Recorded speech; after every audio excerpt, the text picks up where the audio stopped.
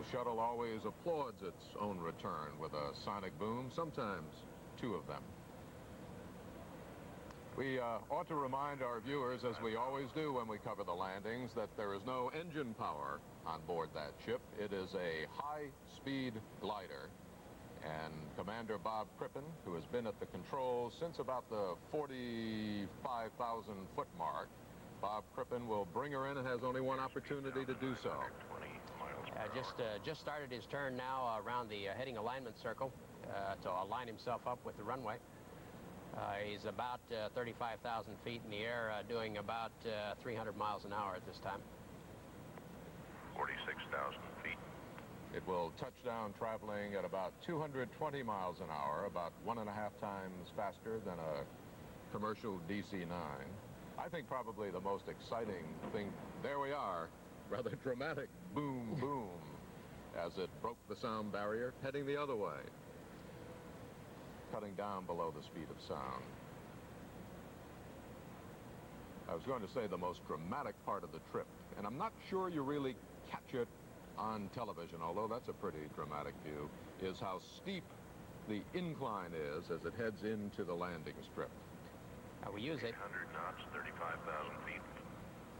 We use a final glide slope of about 19 degrees, which is considerably steeper than any normal airplane comes in at. White knuckle, as they say. I think that's about 6 times as steep as the approach of a commercial jetliner, and you see it there. It is literally hurtling, falling from the sky. It's not a straight flight either, is it, John? There are what they call roll reversals, and by that I don't mean that the pilot takes over for the commander. A roll reversal means that it's rolling back and forth. Yeah, we do that earlier in the entry. We do a series of S-turns coming down, and that's the way we adjust our range slightly, and we can correct for minute errors that we might have made during our deorbit burn. We correct by doing these S-turns, and then if we're a little bit long, well, we can straighten out, and if we're too close, we do a series of larger turns. About 2 minutes to touchdown. Again, the weather at the Kennedy Space Center this morning in Florida was bad, so the decision was made to bring the shuttle home after a week in space, to bring it home to Edwards Air Force Base in California. Hello, Chris. Chase is aboard. Hello, Chase. Chase is one of the jet planes that travels along with the shuttle. And we'll join on him and then, take pictures of the orbiter just before landing. He's be lining up with the runway now, and he'll be intercepting the extended runway center line at about 13,000 feet in the air. He's got plenty of room. That runway is 7.3 miles long. It's a desert bed. The seating situation there, we have 4 astronauts up top where you see those big black windows in front, the top windows, and 1 astronaut seated below in the mid-deck, and he doesn't have a very good view of anything at this He does stage have of the game. a little porthole out the side that he can watch, but he's, as you say, not a very good view. The short straw.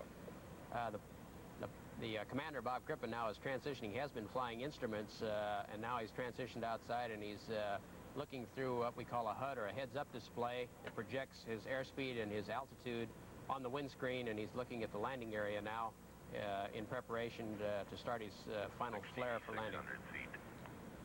And the flare will be nose up just a little bit. We're about 30 seconds from touchdown, the 11th flight of the shuttle. Success following a failure in their efforts to retrieve a satellite. There you see it falling. That just plummets to Earth, doesn't it? Coming down onto the desert. There's the flare. Here comes the landing gear.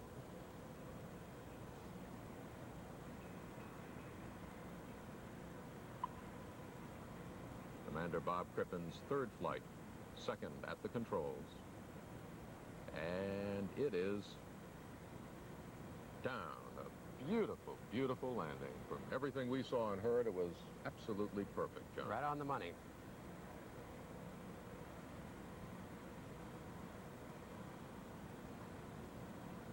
With this long runway, we'll use virtually no braking and just let the vehicle roll to a stop. Still a beautiful sight. Slightly terrifying to see when you realize that there is no engine power on board. And the 42nd manned flight for the United States rolls to a halt. with some minor problems. A big problem that was, as I said, turned into a success. The mission comes to an end. This is Morton Dean at the Johnson Space Center in Houston, along with astronaut John Creighton. The astronauts will remain on board for about 30 or 40 minutes, and the flight, the 11th shuttle flight, is over.